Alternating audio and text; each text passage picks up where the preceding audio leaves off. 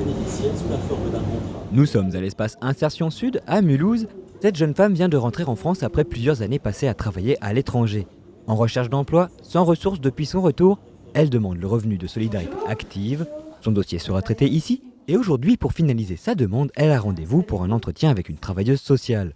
Lors de ces entretiens, on parle formation, recherche d'emploi, mais aussi depuis peu de bénévolat. C'est des entretiens d'instruction du RSA où on fait en même temps un bilan socio-professionnel. Au cours de ce bilan socio-professionnel, on fait l'étude de son parcours, de son parcours professionnel, de son parcours de vie, et en même temps, on leur propose le bénévolat comme future action d'insertion s'ils le souhaitent. Le bénévolat est une action d'insertion, au même titre qu'une formation pour des personnes qui ne peuvent pas retrouver tout de suite un emploi, mais ça peut leur permettre aussi d'utiliser le bénévolat sur leur curriculum vitae pour montrer aussi qu'ils ont été actifs pendant un certain temps et qu'ils ne sont pas restés sans rien faire pendant toute une période d'inactivité. Donc je vois que dans votre bilan, là, que vous avez coché la case sur le bénévolat, que vous en aviez déjà fait. Donc c'était au niveau de Médecins sans frontières ? Oui. La proposition de bénévolat rencontre un certain écho auprès de notre allocataire. En effet, la jeune femme a déjà effectué des missions pour Médecins sans frontières dans différents pays à travers le monde. Ça peut être un premier pied à l'étrier pour aider à retrouver un emploi. RSA et bénévolat, une histoire compliquée dans le Haut-Rhin. Lorsque le dispositif est évoqué pour la première fois en 2016, il donne lieu à de vifs débats. Je pense qu'il y a eu une annonce plutôt maladroite au départ de l'objectif, qui a toujours été un objectif très positif. Mais c'est vrai qu'on est parti d'une idée, 7 heures de bénévolat obligatoire. Ces 3 mots ont tout de suite fait phosphorer tout un tas de gens, mais dès l'origine, dès la genèse, il n'était pas question d'obligation et l'idée de 7 heures ou de quelques heures, c'était juste une idée lancée comme ça.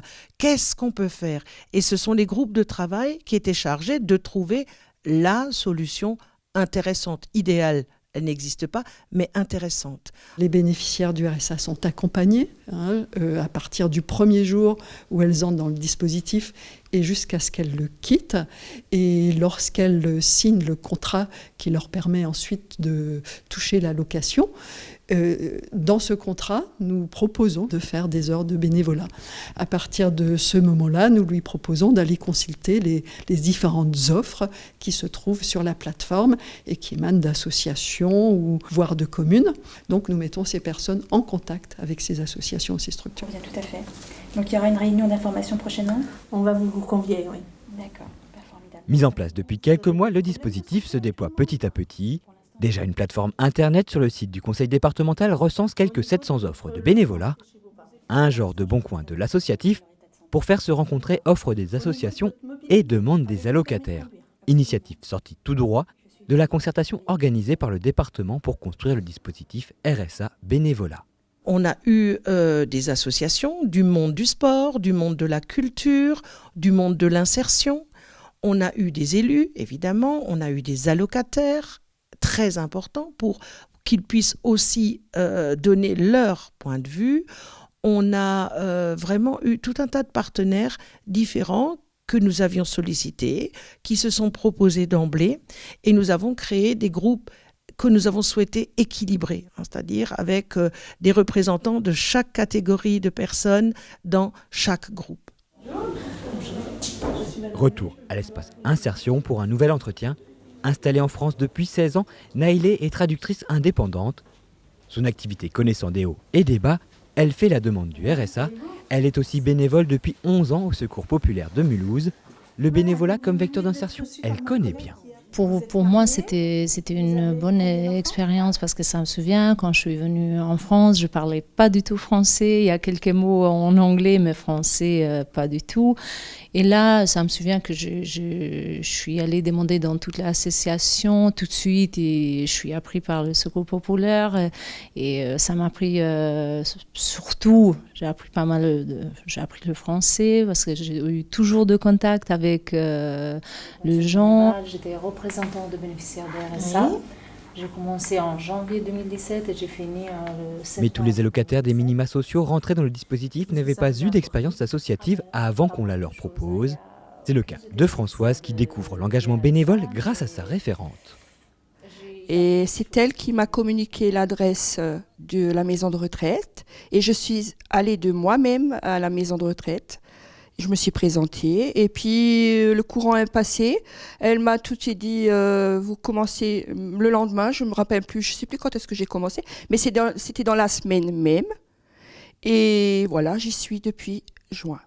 Et ce bénévolat, bon, est tombé pile poil, donc puisque bon, c'est quand même compliqué pour moi de trouver un travail à temps plein. Hein. Autant faire du bénévolat, quoi. Voilà. Je me permets de vous poser cette question-là parce qu'en fait, le département du Haut-Rhin a mis en place le bénévolat pour les bénéficiaires du RSA. D'accord. Pour valoriser le savoir-faire, les connaissances, les compétences des personnes. Donc, Pour l'heure, 500 allocataires sont rentrés dans le dispositif et les premiers retours semblent très positifs. On a des personnes qui nous ont dit moi, ça m'a permis de sortir de chez moi, de rompre l'isolement. Ça m'a permis aussi d'accéder à une formation. Ça m'a permis de voir ce qu'était aussi le monde des associations. Je ne connaissais pas.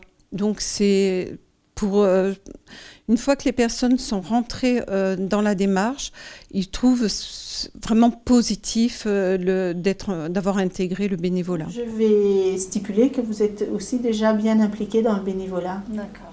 Actuellement. Merci. Mais ceux qui en parlent le mieux, ce sont encore les bénévoles. Je vous donne un exemple. J'ai ma sœur qui est en France depuis 5 ans.